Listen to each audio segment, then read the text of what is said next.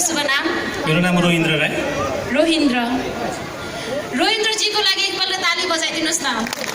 के गर्नुहुन्छ हजुरलाई? के गर्ने इच्छा छ आज? म चाहिँ केही बोल्छु, हँसाउँछु। ओ वाउ, माइक हजुरलाई नै दिएँ है त।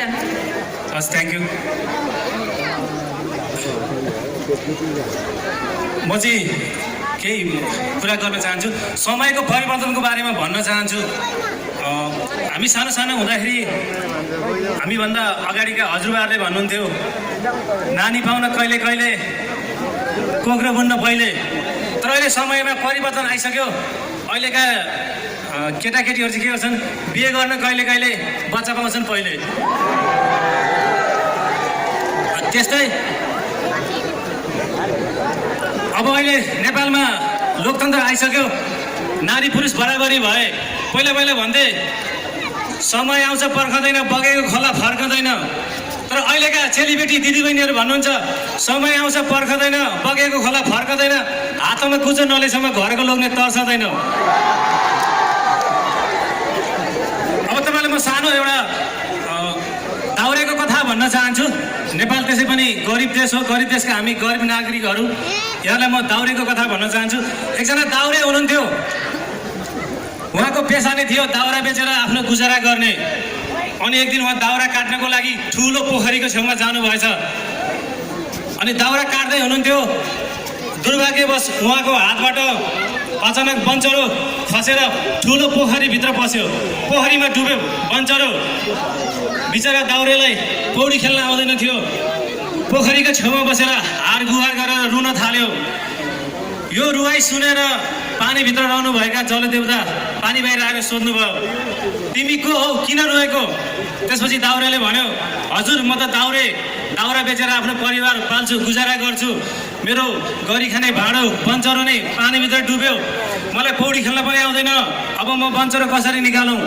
त्यसपछि जलदेवता पानीभित्र डुब्नुभयो र केही समयपछि हातमा सुनको बन्चरो लिएर बाहिर आएर सोध्नुभयो, दाउरे तिम्रो यो बन्चरो तिम्रो यो हो? सुनको बन्चरो तिम्रो हो? होइन। दाउरे गरिब जरुर थियो तर इमान्दार थियो। दाउरेले भन्यो, होइन मेरो बन्चरो यो होइन, मेरो बन्चरो यस्तो थिएन। फेरि जलदेवता पुनः पानीमै डुब्नुभयो र केही समयपछि हातमा चाँदीको बन्चरो लिएर बाहिर निस्केर सोध्नुभयो, दाउरे तिम्रो यो बन्चरो तिम्रो हो? दाउरेले फेरि पनि भन्यो, होइन यो मेरो बन्चरो होइन, मेरो बन्चरो यस्तो थिएन। फेरि पुनः दाउरेको रुवाई जारी थियो। जलदेवता पानीभित्र पस्नुभयो र जलदेवताले तेस्रो चोटिमा फलामको बन्चरो लिएर बाहिर निस्केर दाउरेलाई सोध्नुभयो, दाउरे तिम्रो यो बन्चरो हो? दाउरे असाध्यै खुसी हुँदै भन्यो, हो यो मेरो बन्चरो हो। त्यसपछि दाउरेको इमान्दारिता देखेर जलदेवताले दाउरेलाई सुनको चाँदीको र फलामको बन्चरो दिएर घर पठाइदिनु भयो। दाउरे खुसी भयो। सोही कुरा उसले आफ्नो परिवारलाई गएर घरमा भन्यो। यो कुरा सुनेर उसको श्रीमती पनि खुसी भयो र भोलिपल्ट फेरि त्यही पोखरीको नजिकै गएर उसले दाउरा काट्न थाल्यो। त्यो दिन पनि दुर्भाग्यवश उसको श्रीमती चाहिँ ढुङ्गामा ठोकिएर पानीभित्र डुब्यो। बिचरा दाउरेलाई फेरि आपत आइपर्यो। दाउरे फेरि हार गुहार गरेर रुन थाल्यो।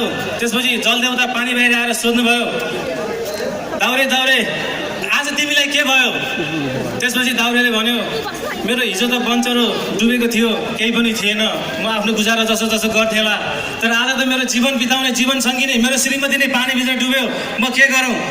त्यसपछि जलदेवता पानीभित्र डुब्नुभयो र खुद साथमा के अधिकारलाई लिएर देखाउनु भयो, दाउरे यो तिम्रो श्रीमती हो? त्यसपछि दाउरे अत्तालिएर भन्यो, हो यो मेरो श्रीमती हो। त्यसपछि जलदेवता आश्चर्यचकित हुनुभयो, यो मान्छे त हिजो यति इमान्दार थियो, आज कसरी यसरी बेइमानी भयो?